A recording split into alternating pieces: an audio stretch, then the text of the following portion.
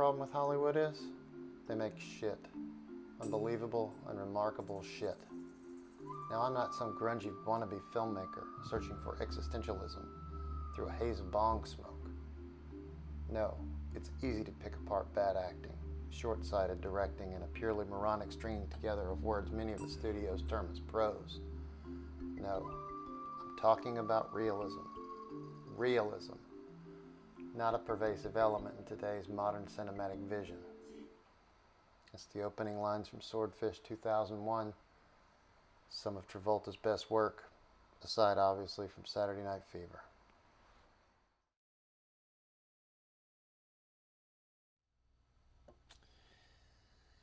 I'm gonna do another take on Longlegs. I hope you watched the first review. This will be much more abbreviated. As I continue to dwell on this movie, I was tempted to go see it again. I still might see it again, but it's been out for 13 days now. I just took a look at Box Office Mojo's numbers. The movie has exceeded $50 million in domestic box office, 58 million plus globally, with I think the highest global market being the UK. So it seemed to resonate with UK audiences, second best in the world to the US folks here domestically. But despite my initial take and my preference to look at this movie from a lens of reality and to anchor the movie similar to Silence of the Lambs, the thing that makes Silence of the Lambs scary to me is the fact that it's 100% in the real world. And you can look at Longlegs that way, and in my opinion makes it better, makes it stronger, solid, and more scary. But if we just take the purely darker, supernatural look at this, and instead of taking the nuanced approach that I laid out in the first review, this movie becomes a satanic horror movie. And that's got its own spin. And if you like that kind of thing, then you're going to enjoy this movie in a way that I'm likely not able to appreciate it. And so suspension of disbelief is one of the main things that gets it for me.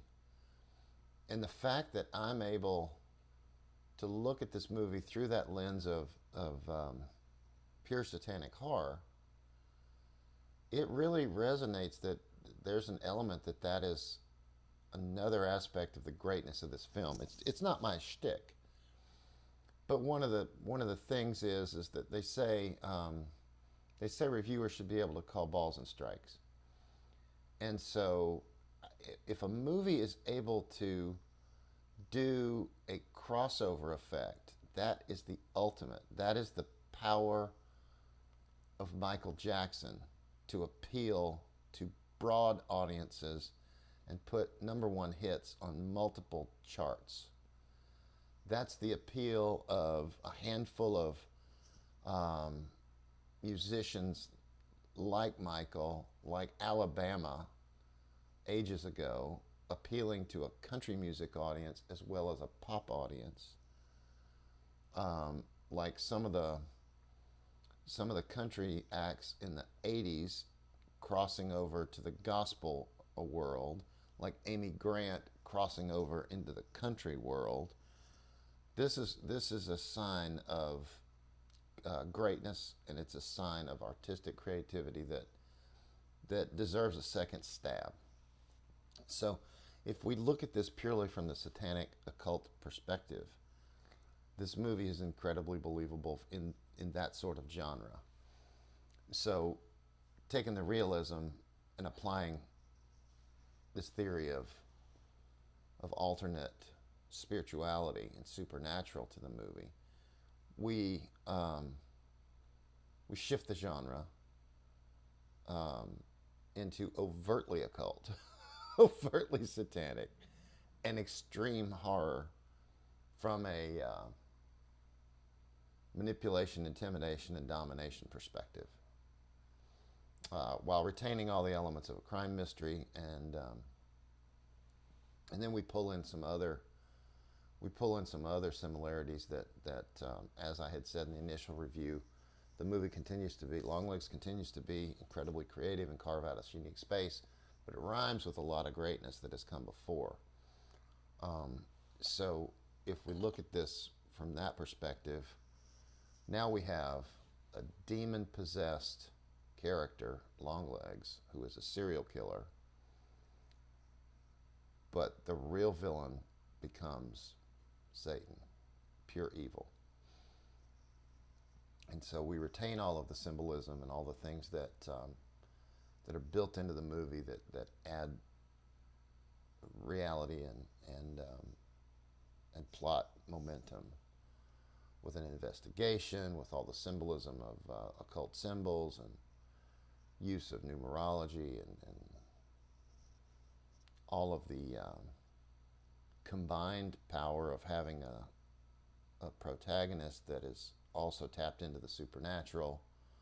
Now our protagonist is, in this spiritual version, she's gifted with goodness and clairvoyance, and she's able to figure out what's going on. And then the cast development across the range here, it just pivots slightly because Nicolas Cage now plays the serial killer Longlegs. But the thing that got me thinking about this is that in the opening sequence, the line that Nicolas Cage speaks is where we get our title Longlegs from, but he doesn't ever identify himself as Longlegs. The movie is named Longlegs, and everywhere that I've seen or heard anything about it, we refer to Nicolas Cage's character as Longlegs, and the credits refer to him as Longlegs, but the character themselves doesn't. So it is entirely possible to look at this from scene one so differently. Just from memory, the line is, I've got my long legs on today. Now, if from the moment Nicolas Cage's voice is heard through the end of the movie, from the beginning to the end, we consider that every single thing that comes out of his mouth is Satan. You have the devil speaking to this child in scene one, saying,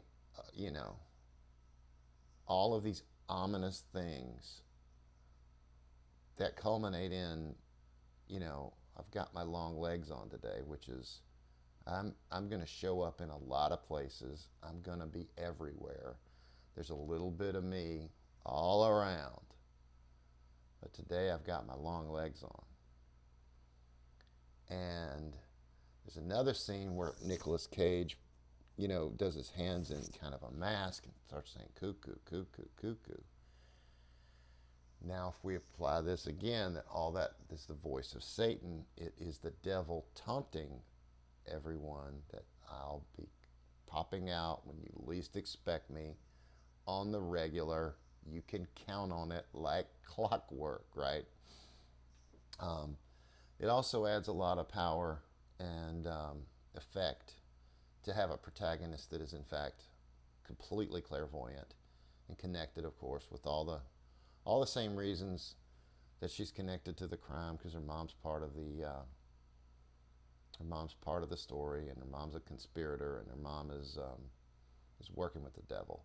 But now her mom's working with the devil. Her mom's sold out to the devil, and so you maybe have a little bit of a pivot there where you've got one character that is completely possessed, and then you've got another one that's being manipulated and used and serving that end, which tends to be a good theme in this type of genre, that in order to really fuel the fire, you've got to have someone willing to be a participant. Every Dracula needs a butler to help them, get a fresh supply of new victims. And every occult system needs followers to fuel the momentum. And again, I mean, it works this way, and I think it works this way equally well if that's the perspective you prefer. Pacing, editing, and cinematography also plays out really well with this, because you have scenes where you see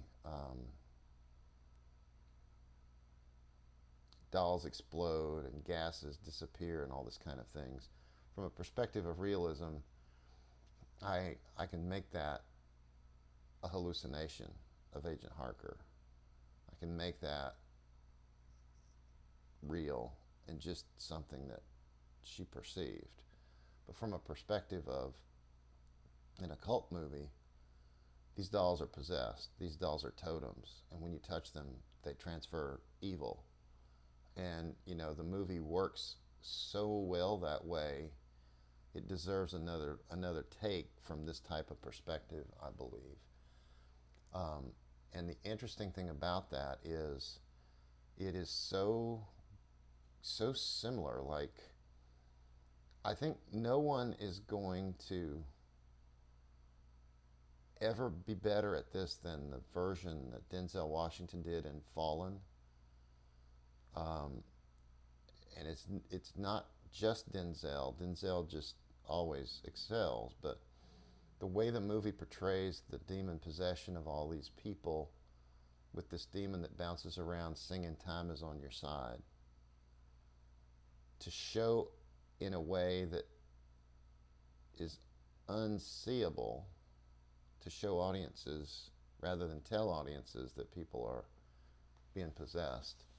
You can follow something on screen that way in Fallen that you would not be able to follow unless you were just reading a book. And so Nicolas Cage plays that demon possession amazingly well here, if that is the way you want to interpret it.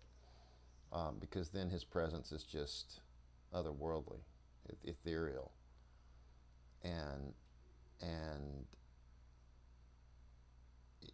it's so good that both perspectives work, because it makes the movie even broader audience attractive. And I don't see a flaw in either interpretation. I probably have to stretch harder to make it real, but I stretched harder to make it real because I think it makes it more scary. And the fact that it's carved out this crazy space is just amazing. I'm super happy it just continues to make money. It opened in a little over 2,500 theaters, and now it's in 2,800 and some theaters. But ticket sales have dropped dramatically, and it's pretty well topping out. But after 13 days to clock in 50 million domestic on a budget of less than half of that, the only disappointment here is that we're never going to get to see Nicolas Cage do this kind of role again. And I certainly hope that you'll go see this in the theater. As I said before, you don't get the experience and the suspension of disbelief and the focus the same way at home. Thanks for listening.